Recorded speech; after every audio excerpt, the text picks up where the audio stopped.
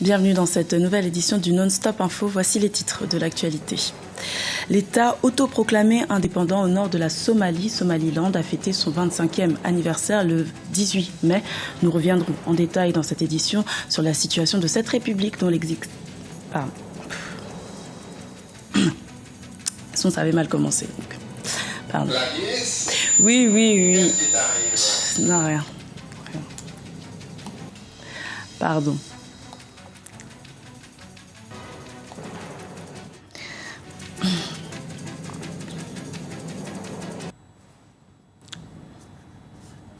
Ouais.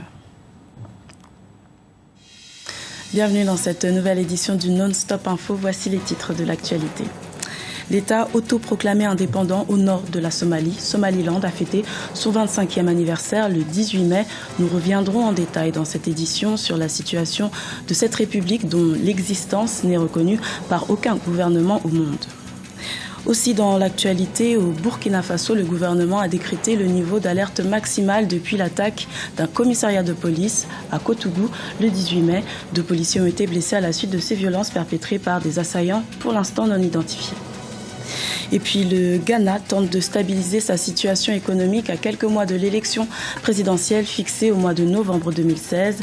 Ce pays érigé en modèle de démocratie cherche à regagner la confiance des investisseurs.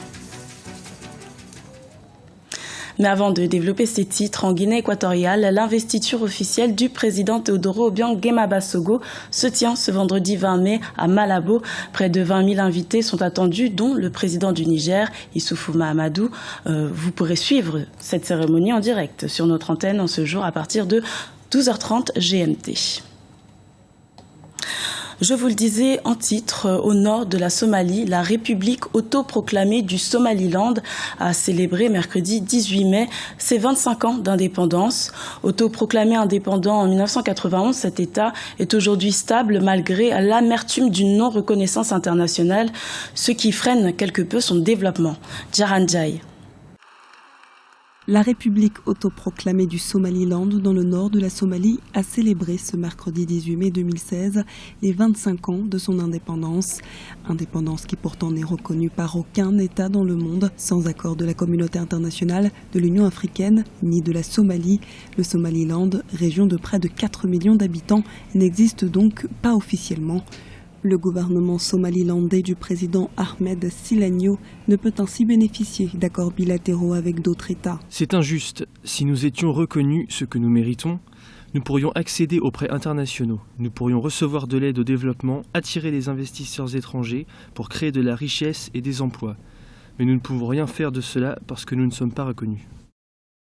Inexistant officiellement, coupé de l'aide internationale, ce non-État du Golfe d'Aden se développe grâce aux investissements privés, notamment ceux des pays du Golfe. Le pays ambitionne à présent de se faire reconnaître comme un acteur économique majeur de la Corne de l'Afrique. Aujourd'hui, on a 2 problèmes. C'est que c'est un État qui est financé essentiellement par des capitaux privés, des capitaux ni originels des institutions multinationales, ni de l'État lui-même. Il y a une nouvelle alliance stratégique.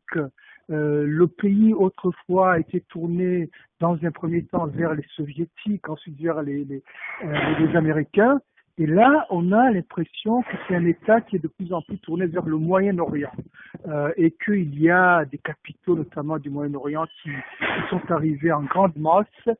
Mais aussi avec un risque, c'est que ce territoire-là, qui est un territoire qui est en dehors de l'expansion djihadiste, peut se retrouver avec un islam rigoriste venant du Moyen-Orient et qui remplacerait l'islam traditionnel de cette région-là, qui est un islam pacifiste et soufi. Isolé de la scène internationale, le Somaliland poursuit sa construction et reste mobilisé afin d'obtenir un véritable statut qui lui permettrait d'obtenir des prêts auprès des institutions financières mondiales, d'attirer des banques et des investisseurs. Depuis son indépendance, l'État a su administrer et protéger son territoire avec plus d'efficacité que la Somalie. Le pays, épargné par les attaques terroristes qui minent son pays voisin, affiche une stabilité et une sécurité relative et peut se prévaloir d'une démocratie qui fonctionne. Également dans l'actualité, la fête de l'unité nationale est célébrée ce vendredi 20 mai au Cameroun. Le président Paul Biya sera en tête du défilé civil et militaire prévu à Yaoundé pour marquer les 44 ans de la République unie du Cameroun. Les festivités sont marquées cette année par le contexte de lutte contre le groupe terroriste Boko Haram qui sévit dans la région de l'extrême nord du pays, à la frontière avec le Nigeria. Niveau d'alerte maximale décrété par le gouvernement au Burkina Faso après l'attaque d'un commissariat de police dans la nuit du 17 au 18 mai à Koutougou. Les autorités ont décidé de renforcer le dispositif de sécurité. Ces violences perpétrées par plusieurs assaillants encore non identifiés ont blessé 2 policiers. Notons que le pays a subi 2 attaques de ce type en l'espace d'une semaine. Birama Saounera.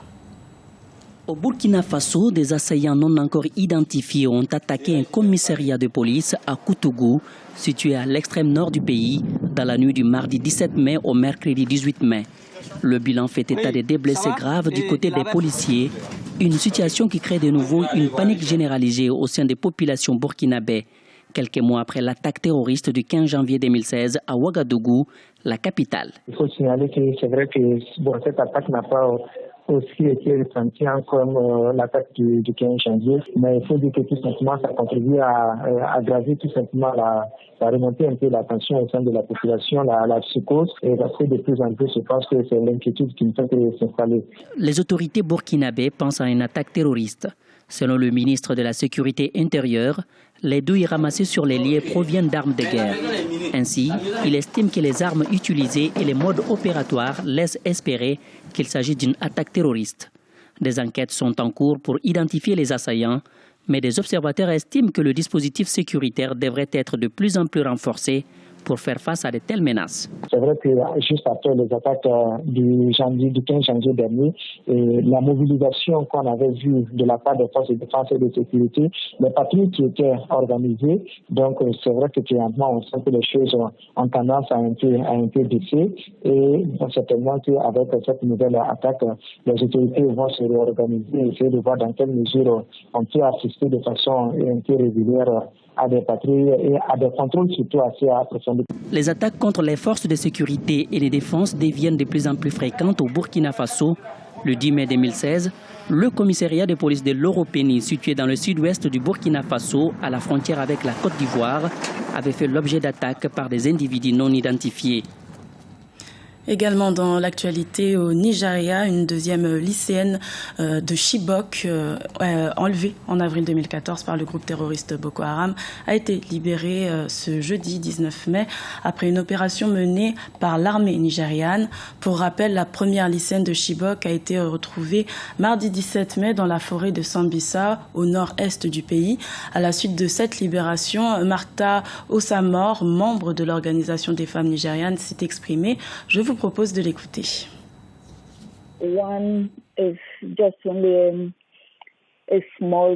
Nous sommes heureux, bien sûr, que cette jeune fille soit saine et sauve, mais nous sommes encore bien loin de pouvoir crier victoire contre Boko Haram. Ce n'est qu'une goutte d'eau dans l'océan. Nous voulons que le gouvernement intensifie ses actions pour libérer toutes les jeunes filles, parce qu'après tout ce temps, la situation devient quand même embarrassante.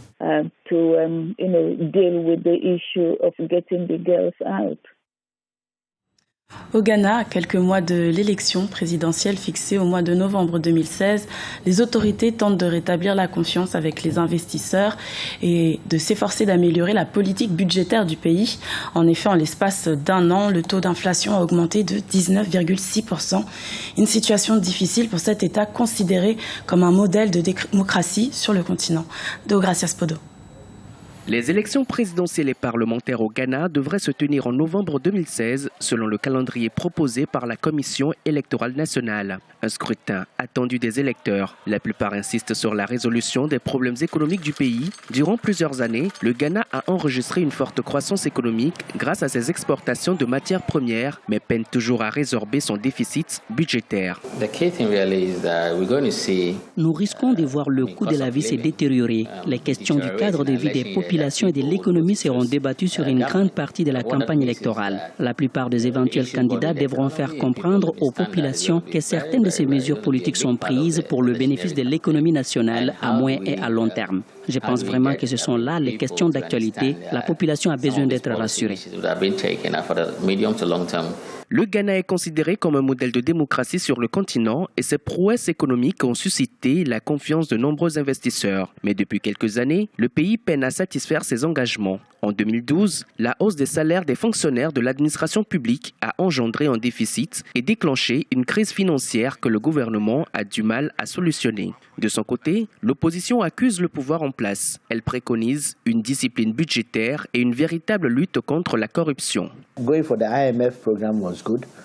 Opter pour le programme du FMI était bien. L'institution était trop tendre envers le gouvernement actuel. Le pouvoir attend 118 milliards de dollars de décaissement. En principe, les partenaires devraient saisir cette opportunité pour exiger une transparence dans la gestion économique du pays, bien avant d'effectuer d'autres décaissements.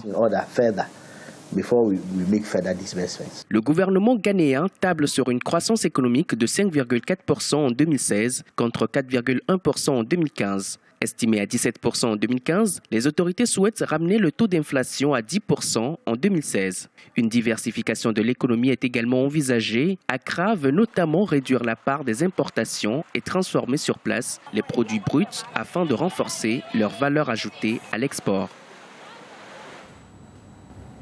C'était le journal de la rédaction. Merci de l'avoir suivi. L'information continue sur Africa 24.